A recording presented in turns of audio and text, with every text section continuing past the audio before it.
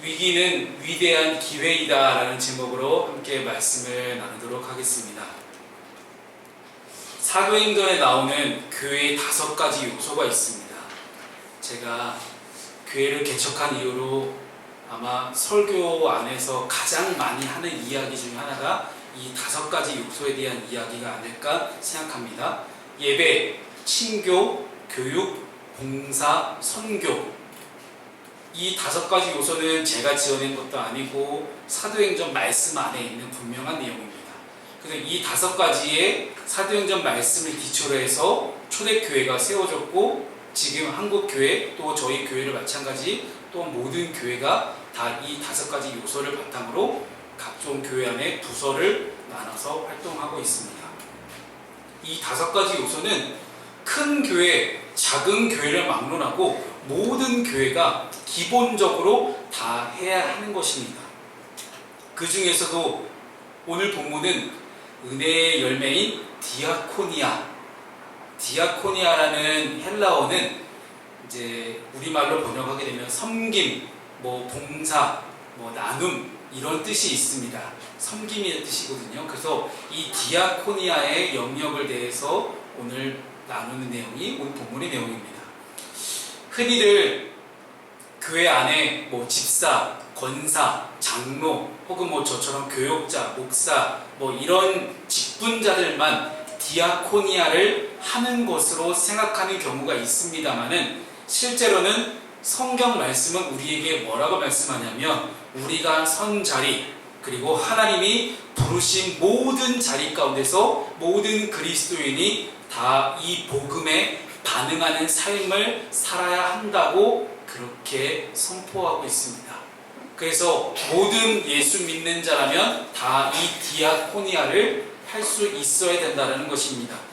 우리가 진정으로 복음을 듣고 은혜를 받아서 변화가 되었다면 자신의 것으로, 나의 물건으로, 아니면 나의 시간으로, 나의 에너지로, 나의 재물로, 그 어떤 것으로도 다른 성도를 섬기는 그러한 모습이 나타나야 된다는 것이고, 다른 성도뿐만 아니라 예수를 믿지 않은 많은 이들에게도 우리는 복음을 전하며 그들을 섬겨야 된다는 것을 오늘 성경 우리에게 가르쳐줍니다. 이번 사도행전 본문을 함께 나누며 우리 푸른숲 교회 안에서 섬김과 나눔의 삶을 작은 것에서부터 실천할 수 있는 그렇게 결단하는 시간이 될 수 있기를 소망합니다. 우리가 7월달에 함께 묵상하고 있는 이 초대교회, 사도행전 말씀이 이야기하고 있는 이 초대교회는 상식을 뛰어넘는 놀라운 성령의 공동체였습니다. 성령 충만의 역사가 얼마나 많이 일어나는지 말도 못할 정도로 굉장히 많은 성령의 일하심이 나타났던 교회가 초대교회였습니다. 그런데 반대로 생각해보면 초대교회는 예수 그리스도의 복음을 전한다는 이유만으로 박해와 고난이 한 번도 멈춘 적이 없는 그러한 시기를 살아갑니다. 즉 성령께서 가장 활발하게 역사하시고 일하실 때 고난과 박해도 가장 극심했다는 사실입니다. 그런데 이 초대교회의 가장 위대한 점은요, 고난과 박해가 날이 갈수록 커져감에도 불구하고 초대교회 공동체의 모든 교인들은 한 번도 위축되지 않고 오히려 더욱 복음 전파에 힘을 썼다는 사실입니다.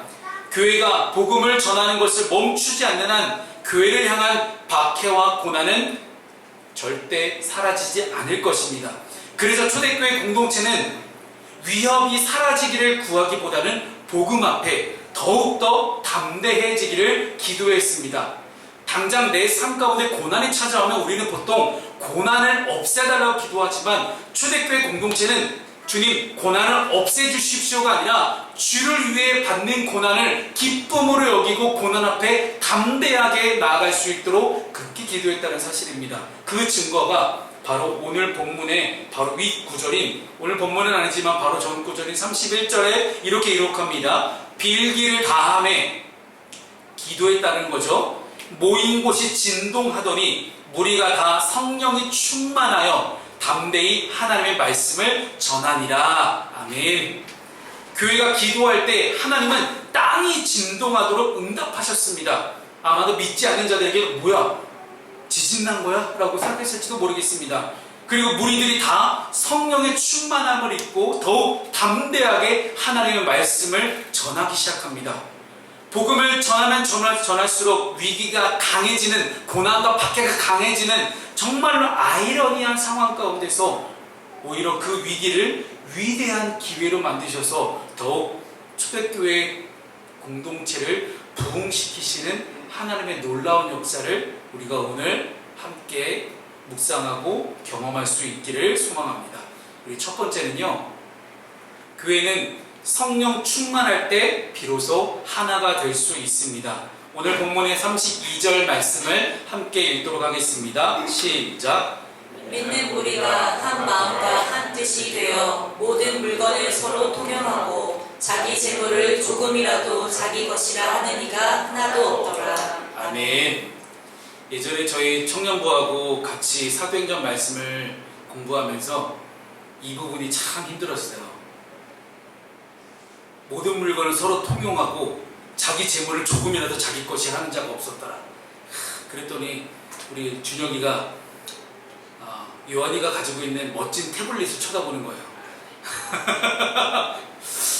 그러면서 그랬더니 우리 지혜도 갑자기 요한이의 태블릿 쳐다보기 시작합니다.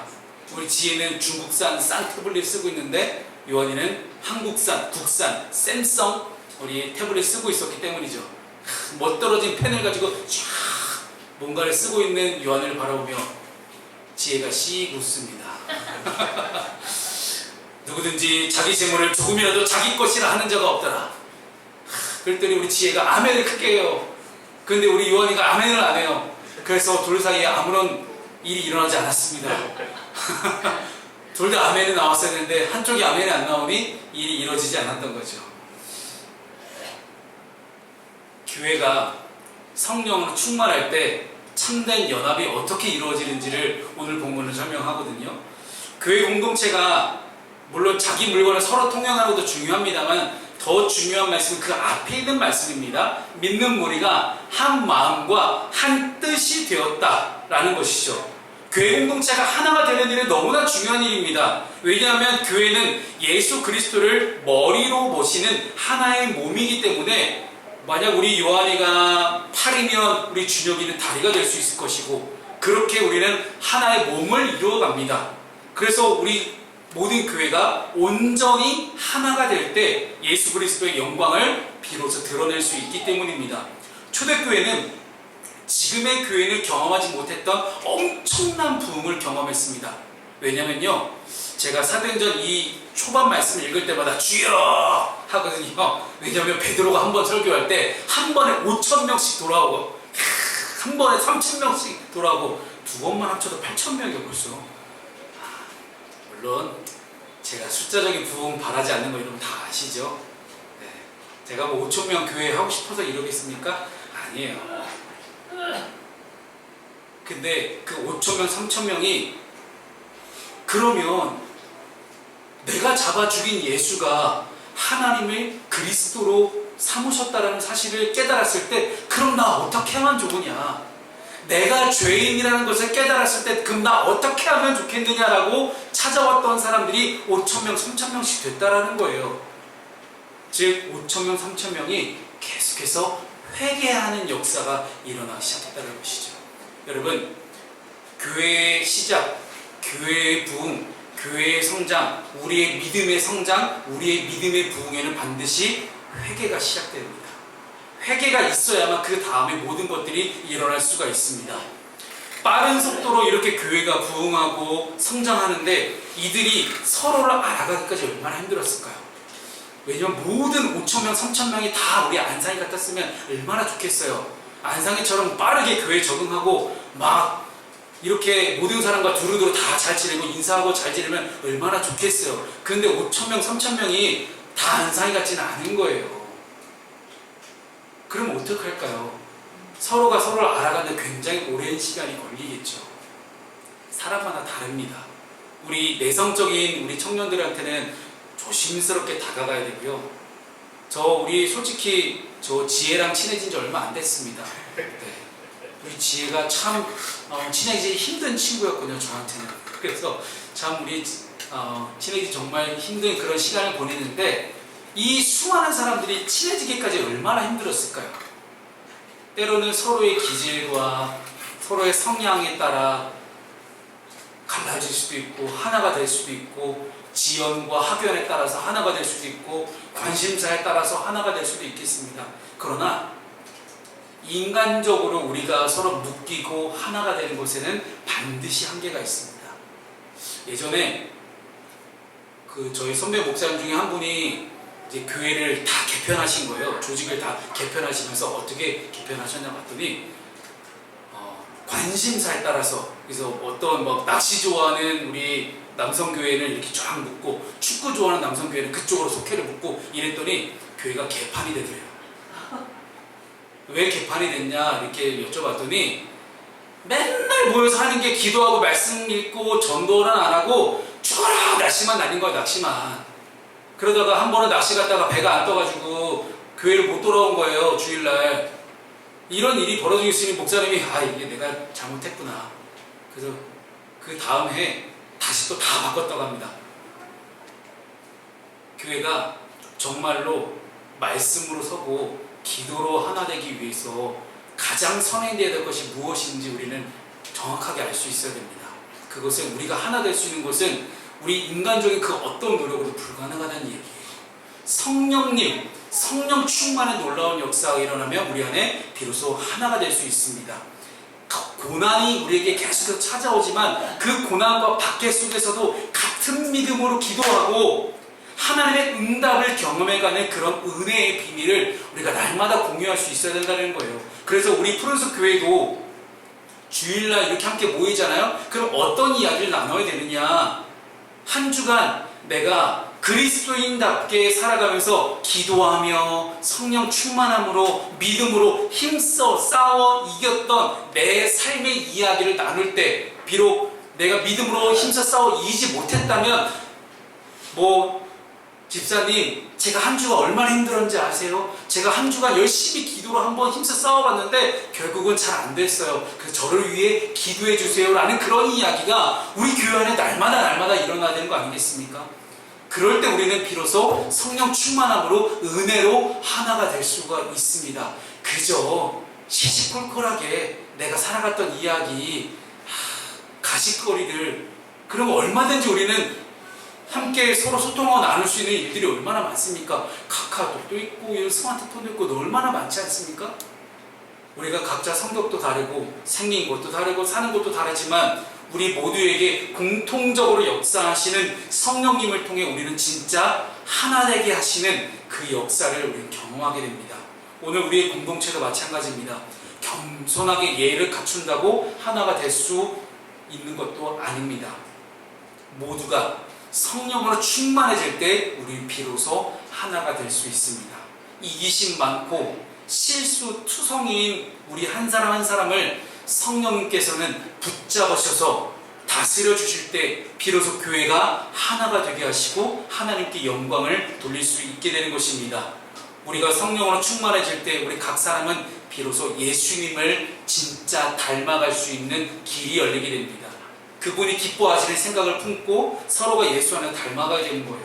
그래서 그런 교회는, 그런 공동체는 회의가 짧아집니다. 그리고 기도가 길어집니다.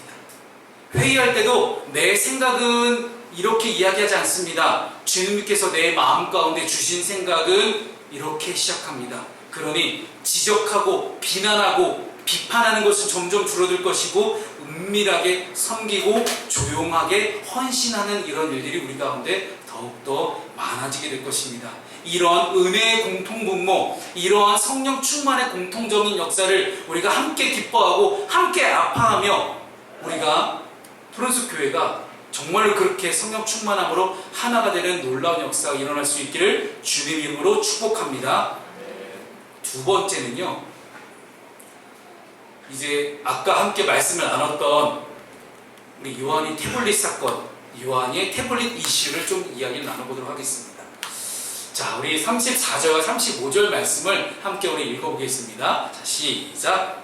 그 중에 가난한 사람이 없으니 이는 밭과 집 있는 자는 팔아 그 판 것의 값을 가져다가 사도들의 발 앞에 두매 그들이 각 사람의 필요를 따라 나누어 줍니다. 아멘. 제가 왜 우리 요한의 태블릿 이슈를 이야기하냐면요, 잘 보세요. 맨 마지막 구절 세 번째 줄의 앞부분에 뭐라고 써있죠? 필요를 따라. 근데 내가 필요하지 않는데 이 물건을 가지고 싶은 마음이 든다. 탐심이죠. 탐욕입니다. 성령께서 그 탐욕을 모르실까요? 당시 아는 물건들을 서로 배분하는 일들을 사도들이 했습니다. 근데 그러다가 나중에 결국은 이제 우리가 사도행전 5장 말씀을 건너가게 되면 헬라파 과부들이 이렇게 섬김받는 것에 대해서 제외되는 그러한 실수들이 발생하기 시작하자 사도들이 이 모든 일들을 내가 다 할 수 없겠구나. 그럼 우리 공동체 가운데 7명의 집사를 세워서 이 7명의 집사가 이 일들을 잘 감당하게 해보자 라고 그렇게 이야기 시작하면서 공동체가 더 든든히 서 가게 됩니다. 근데 그 과정 가운데도 모든 나눠주는 일들을 사도들과 집사들이 했지만 실제 그 안에서 한 마음과 한 뜻이 되어 역사하시는 분은 성령님이십니다. 성령님께서 이 사람에게 어떤 필요가 있는지, 이 사람에게 어떤 필요가 있는지, 이 사람이 어떤 것이 힘들고 부족한지를 다 아시니 그 감동으로, 성령께서 주시는 감동으로 공평한 분배와 나눔이 이루어졌다는 거예요. 공평한 분배는 10개가 있다고 하면 각 사람마다 하나씩 골고루 나눠주는 게 공평하냐? 그것이 아니라는 거예요. 만약에 저 사람에게 3개가 필요하면 저 사람에게 3개만 줄 것이고 이 사람에게 1개만 필요하면 1개만 주는 것이 공평한 것이고 굳이 필요가 없는 사람에게 주지 않는 것, 이것이 공평이라는 하나님 나라의 정의였습니다. 자, 그래서 우리 요한의 태블릿 이슈로 넘어가게 되면요, 우리 박지혜 청년에게 태블릿이 필요했을까요? 요한의 태블릿이 아니었어요. 본인도 태블릿을 갖고는 있어요. 근데 거기서 조금 더 좋은 태블릿을 가지려고 하는 그 마음은 탐욕이었습니다. 이미 충분히 자기가 펜도 샀고 해서 그림을 잘 그려나가고 있었기 때문에 그 이상 가지려고 하는 것을 탐욕이었다는 것이죠. 그래서 그 탐욕을 알고 있으니, 물론 우리 여러분 오해하지 마세요. 우리 지혜가 탐욕스러운 아이가 아니라는 거예요. 그럼 오해하지 마시고.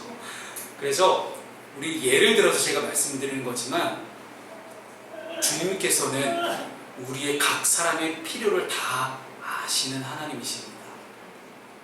오늘 본문을 보세요. 모든 교회 구성원들이 한 마음과 한 뜻이 되어 진정으로 하나가 되기 시작하자, 공통분모, 은혜의 공통분모를 소유하기 시작하자 모든 물건을 서로 통용하기 시작합니다. 이 재물이, 이 물건이 내 것이라 이야기하지 않고 우리 모두의 것이니 필요한 사람 갖다 쓰시오 라고 그렇게 됐다라는 거예요. 그리고 내 물건을 굳이 갖다 놓을 게 없으면 내 물건을 다 팔아서 그 판 물건 값을 가지고 교회로 가져와서 필요한 사람에게 돈도 함께 나누기 시작합니다. 예수님께서 선포하셨던 진정한 하나님 나라를 이 땅 가운데 실현하기 시작합니다. 아마도 교회 공동체의 연합과 서로를 향한 관대함과 긍휼의 마음이 당시 세상에 엄청난 신선한 충격을 주지 않았을까요? 당시 로마 식민지 시대에 모두가 먹고 살기 힘든 시대에 저 예수 믿는 작자들은 도대체 뭐하는 사람들인데 자기들도 먹고 살기 힘든데 왜 저렇게 자기 거 갖다가 다 교회 안에 갖다 쌓아놓기 시작하지? 저 사람들 도대체 뭘까? 왜 내 것을 내 것이라 얘기하지 않고 주님의 것이라 이야기하면서 왜 갑자기 함께 나누기 시작할까? 저 공동체는 도대체 뭘까? 궁금하기 시작했을 것입니다. 이 말씀은 내가 너희를 사랑하는 것 같이 너희도 서로 사랑하라 라는 그 예수님의 크고 첫째 되는 계명을 실천하기 위한 방법에 불과했던 것입니다. 인류의 역사 속에서 다양한 정치 아니면 경제 수많은 이념을 바탕으로 개인의 소유를 인정하지 않는 모든 사회적 실험은 다 실패로 돌아갔습니다. 왜 실패했을까요? 모든 사회주의 이론, 공산주의 이론, 모든 민주주의, 자본주의, 이 모든 이론은 다 결국 실패했어요. 왜 실패했을까요? 궁극적으로 거기에 변하지 않는 변수가 하나가 있었는데 인간의 욕심이었어요.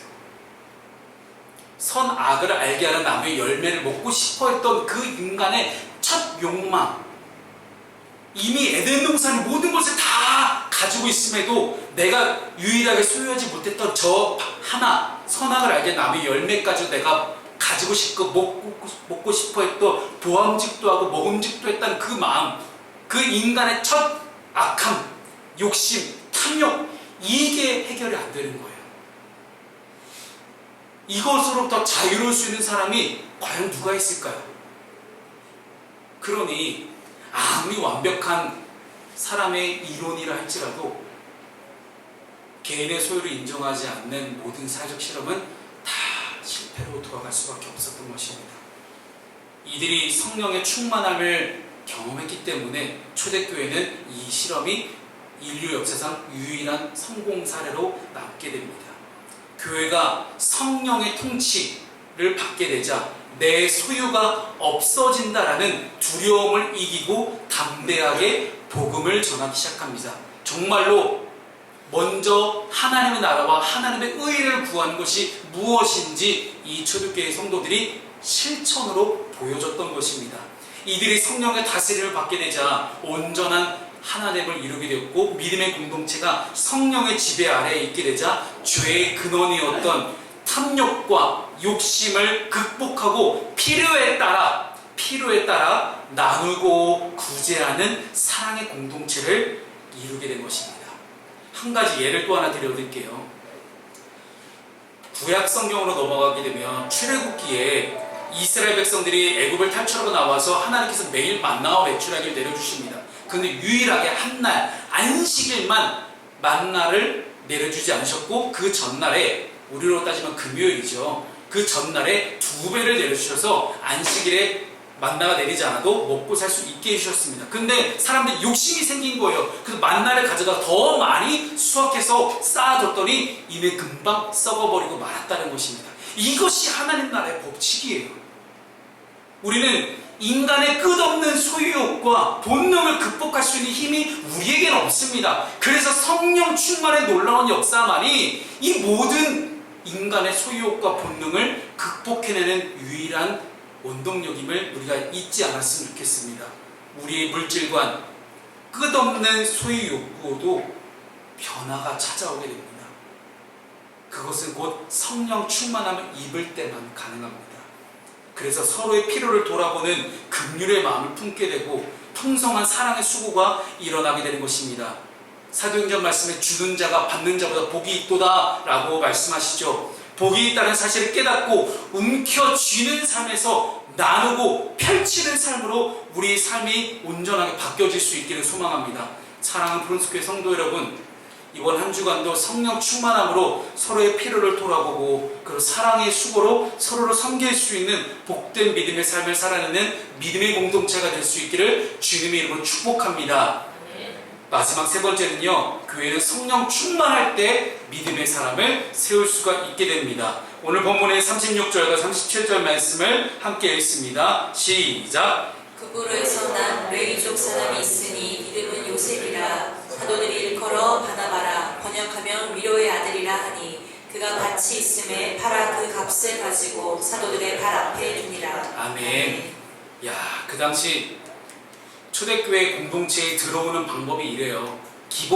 완전 기본값이에요. 옵션도 아니고 그가 같이 있음에 팔아 그 값을 가지고 사도들의 발 앞에 두니라. 이것을 단순히 재물을 내려놨다, 재물을 갖다 바쳤다 그런 의미로 생각하는 것이 아니라 내 것을 내 것이 하지 않고 우리 모두의 것으로 함께 인정하겠습니다. 나는 나를 내려놓습니다. 나는 욕심이 없습니다. 나는 오직 하나님 나라와 하나님의 의를 먼저 구하겠습니다. 나는 나를 온전하게 내려놓고 오직 주를 위해 살겠습니다. 라고 그렇게 고백하는 자들이 교회 공동체를 이루어갈 수 있다는 사실을 증명합니다. 믿는 무리 한 사람 한 사람이 다 성령의 다스리심과 통치 아래에서 놀라운 변화와 놀라운 순종을 보여주고 있는 장면입니다. 이렇게 성령 충만한 교회 공동체는 믿음의 사람을 계속해서 세워나가게 됩니다.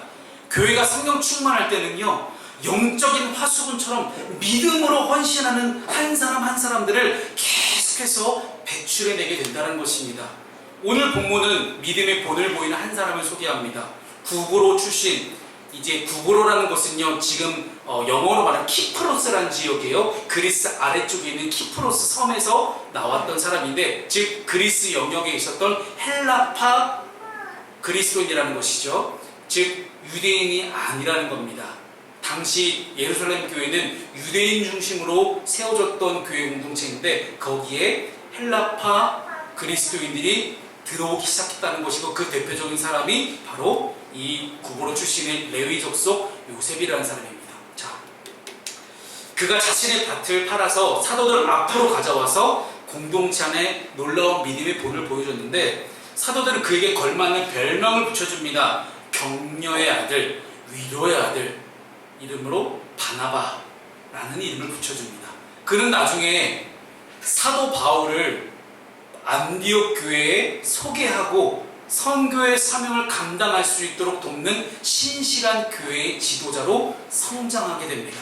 이처럼 교회는 성령 충만할 때 믿음의 선한 영향력을 끼치는 하나님의 사람을 계속해서 길러낼 수 있습니다. 바라기는 우리 청년들과 우리 어린이 친구들이 우리 교회 안에 이런 바나바 같은 사람이 될 수 있기를 축복합니다. 오, 웬일로 아멘 이렇게 나오네요. 감사합니다.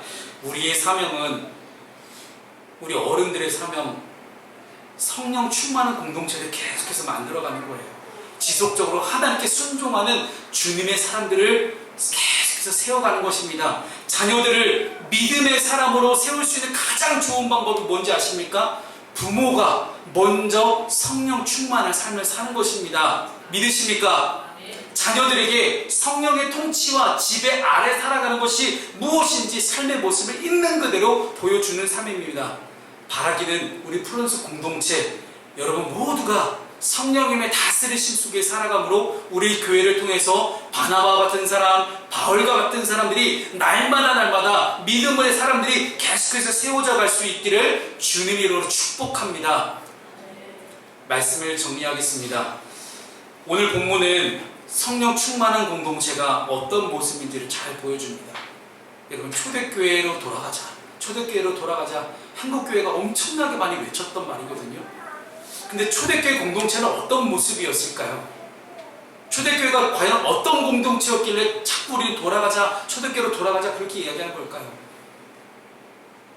그러려면 제일 첫 번째 뭐 해야 되는지 아십니까? 일단 한국교회, 대형교회는 다 갈라져야 돼요.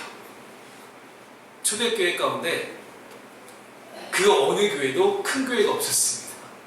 이렇처럼 이렇게 대형교회라는 이런 일들이 일어나지 않았어요. 보세요. 이게 안산만 해도 큰 교회들이 많잖아요. 근데 서로 같은 교회 다니지도 몰라요. 이게 과연 교회 공동체 맞습니까? 한 번 그런 일이 있었다고 하잖아요. 길 가다가 자동차 사고가 났는데 알고 보니까 같은 교인이에요. 열심히 죽어라고 삿대질하고 싸웠는데 알고 보니까 같은 교회 교인이었던 거예요. 이게 과연 교회 공동체가 맞습니까?